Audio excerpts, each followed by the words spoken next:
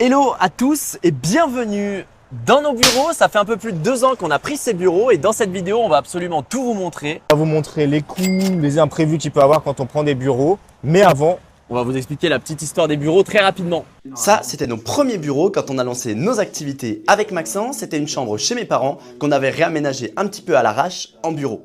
Ensuite, on a changé de pièce. Alors, on n'est pas allé dans le garage comme Steve Jobs. Par contre, on était dans un genre de buanderie qu'on a réaménagé et le bureau était quand même un petit peu plus sympa. Durant les années qu'on suivit, on a bougé un petit peu à droite à gauche et au final, l'activité a pris beaucoup d'ampleur. Et là, on s'est dit qu'il nous fallait un vrai lieu. C'est pour ça qu'on a pris ce bureau qu'on va vous partager sur Lyon. Et venez.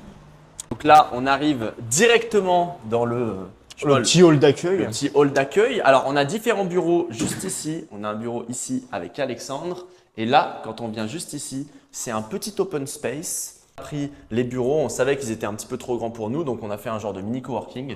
Donc en fait, il n'y a pas toute l'équipe qui travaille ici, c'est des entrepreneurs à qui on loue les bureaux. Donc on en a fait un petit coworking autour de Lyon, quoi. Mais depuis le début, ici, on a pas mal optimisé. Avant, il n'y avait que quelques entrepreneurs, donc petit à petit, on a bougé les tables pour permettre de mettre 5 personnes dans un espace de à peu près 40-50 mètres carrés. Là maintenant, on a… Bon, c'est un peu le bordel, mais un genre de, je sais pas, table à machine à café. Ouais, on n'a pas nettoyé avant, Avant de faire la vidéo. Hein, comme ça. On fait la vidéo de manière transparente. Là, c'est un genre de mini cuisine. Hop, tranquille, avec un petit frigo. Juste ici, du coup, c'est là où on mange et on peut montrer peut-être l'open space ici.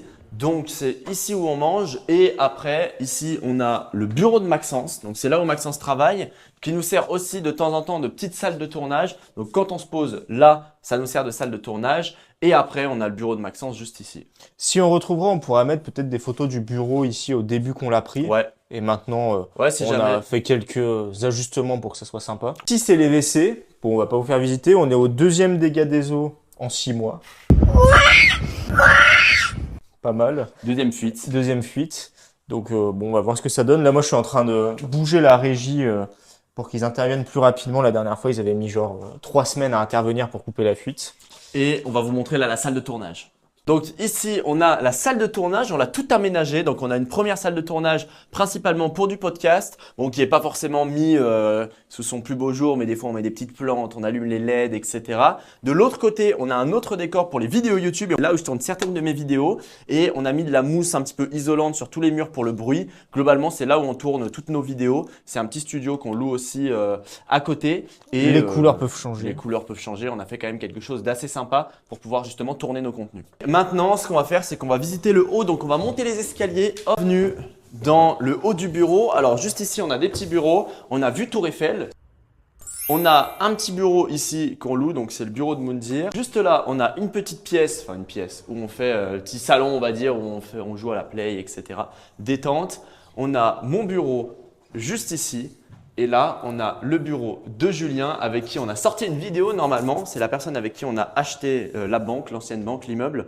Et là, on a Maëlys qui travaille juste ici. On a aussi un petit coin avec des bureaux.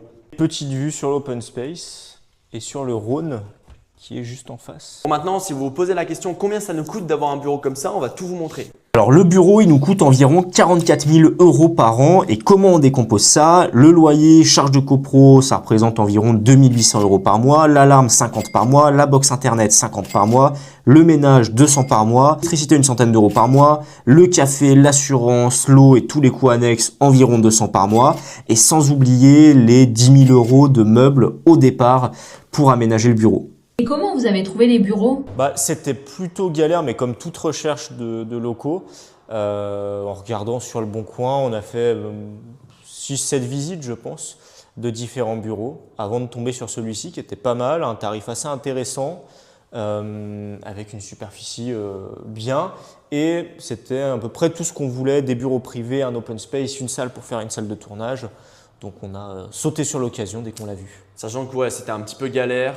Les agents IMO à Lyon, ils sont un peu perdus. Donc, on a dû relancer au moins 10 fois.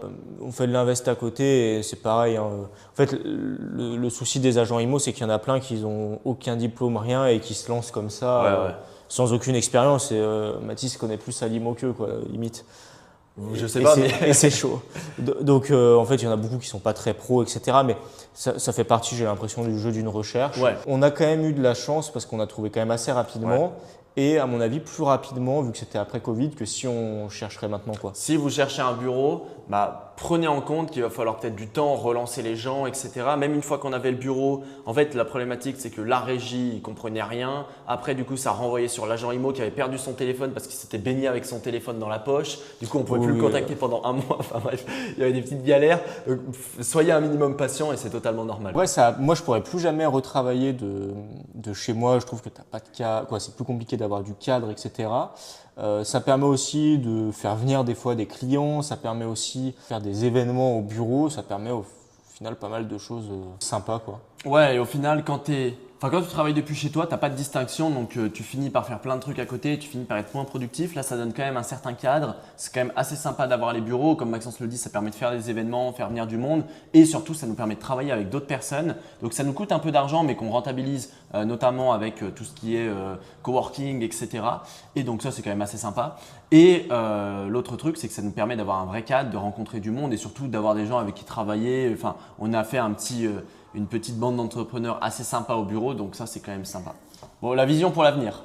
La vision pour l'avenir, peut-être, ce serait de pouvoir racheter, parce que là on est en location, donc racheter des bureaux à terme pour continuer un concept un peu de coworking, salle de podcast, etc. Sachant que j'investirais pas non plus des… En tout cas, je pense pas que le coworking c'est un secteur d'avenir. Le coworking peut être rentable quand tu commences à avoir des espaces assez grands quand même et quand tu es propriétaire des murs, c'est plus un business IMO pour moi qu'un business à cash flow ou autre. Mais il y a peut-être cette possibilité-là d'acheter un local sur Lyon. Moi, un truc que j'aimerais bien faire, du coup, comme Maxence le dit, c'est sûr que si on peut acheter, c'est toujours plus sympa que de louer. J'aimerais bien développer un genre de station F, donc un lieu pour les entrepreneurs à Lyon parce qu'il n'y a pas grand chose pour les entrepreneurs et je me dis un lieu de vie où tout le monde pourrait se rencontrer, un petit peu comme ce qu'on fait avec les bureaux mais en beaucoup plus grand, ça serait quand même quelque chose d'assez sympa, donc peut-être que ça va se développer dans les prochaines années et voilà globalement sinon pour le petit tour des bureaux. J'espère que la vidéo vous a plu. Dans quelques années, on vous refera peut-être un tour des bureaux, voir l'évolution. Peut-être que ça aura complètement changé. Je vous laisse vous abonner et on se dit à très vite pour une prochaine vidéo.